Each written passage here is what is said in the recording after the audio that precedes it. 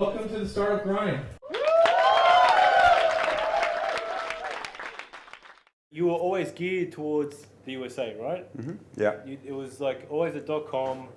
You couldn't buy anything but in US dollars. Yeah. Is that right? So you want to tell me about how it all started like that? Sure. So SitePoint's audience, Matt, because he started Webmaster Resources out of Canada, he had a North American audience, and because he was so young, he actually benefited from that kind of the shock value of a 15-year-old with this business, and so he actually generated quite a lot of publicity. And in fact, I think he'll tell us that he was the youngest blogger ever employed by Microsoft, something like that. So he kind of got a bit of early PR in the North American market. And so SitePoint, by turning Webmaster Resources into SitePoint, was in fact a North American business. So it was also just a .com, very focused on the North American market. So it was 80% of its traffic was coming from the US, 77% of that was men, I think. And so that was actually applied to us as well. So when 99 spun out, our audience, our traffic was just in the US essentially.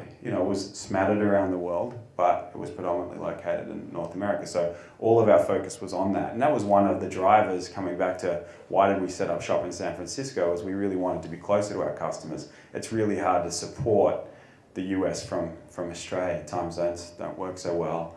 And so, you know, we only provided email support. We did a little bit of chat, but it was really hard to make that work. And so when we moved across there, we hired a couple of customer support guys. It was really about getting close to our largest and most important market. And so, you know, that really benefited us. And so I think, you know, we can talk a little bit about that because I think it's kind of interesting.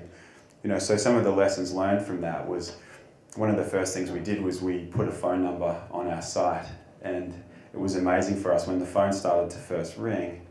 A lot of the first callers were just people saying g'day, or not g'day, because that's us, but they were saying hi, you know, and they were really just going, "You're real." We were like, "Yeah, we're here." And they're like, "Oh, great." And then they'd hang up and they would transact. And so it was really an interesting lesson for us about, you know, developing trust and creating a voice in which we could communicate with our customers. And so it really did help our information flow. It meant that, you know, our designers back here in Australia could talk to our customer support team, who were then talking in real time with our customers in the US. They could come across and spend time with this small office. And so that really helped us better understand the people that we were servicing. That's cool. So, you know, that was, it was actually a really interesting time for us. And so we moved across, we hired some people. We started for the first time focusing on building a business plan. We did that. We learned a lot about our business, you know, and it wasn't all beer and Skittles. It was actually 2010 was a reasonably tough time. Not tough, in it we were growing really well, but some of our key metrics that we didn't actually even realize were key metrics weren't growing at the rate that we wanted. And so that really helped us get a laser focus on what was important. And, you know, with, you know, our brilliant team back here in Australia, I think James came across and we did some user testing, and we did some here and we did some in the US, and we really started to get a strong handle on what we thought was going to make a difference in our workflow. We made some significant changes, and so then come 2011, we saw a massive spike up in the way our conversion rates. And so our traffic stayed pretty consistent, but we were able to convert it at a much better rate. And so that then saw another step up in growth, which then made us a lot more attractive. We got more confident in ourselves, because, you know, Mark's not much of a business plan guy, and I think when I first talked to him about a business plan, he was like, "That's a crock of shit, I don't believe in him." But when we were able to look at actually going through the process and creating a plan and thinking 1, 2, 3 years out, where did we want to be? And then we actually started to see ourselves achieving the things that we wrote down. Like, oh shit, there's some power in this. And so that also then started to give us a sense of belief in ourselves. So we're like, well, if someone wanted to give us some money, then maybe we actually understand what we want to spend it on, right? And for the first time, with metrics improving, we started to think, right, well, if we had extra money, we could spend it on marketing and maybe we could grow faster. So rather than constantly just being this conservative, cash flow driven business, we could start to see a path forward about what we would do to invest. And so, you know, we were, I think this kind of dovetails in, but we were pretty lucky the fact was with this North American audience, typically startups, so it was very San Francisco based in the early days. There were lots of startups getting logos and websites and, you know, icons and different stuff designed on us.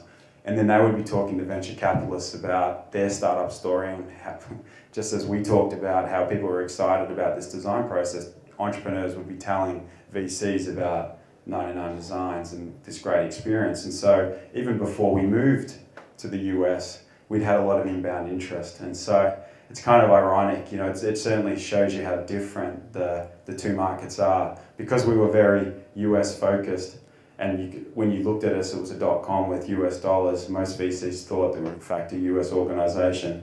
The smart ones actually worked out that we want, but that didn't deter them. They would still reach out and want to talk to us. Whereas, so we'd actually had, I don't know, probably 20 or 30 different VCs reach out to us before we'd even moved to the US. We never heard from an Australian venture capitalist.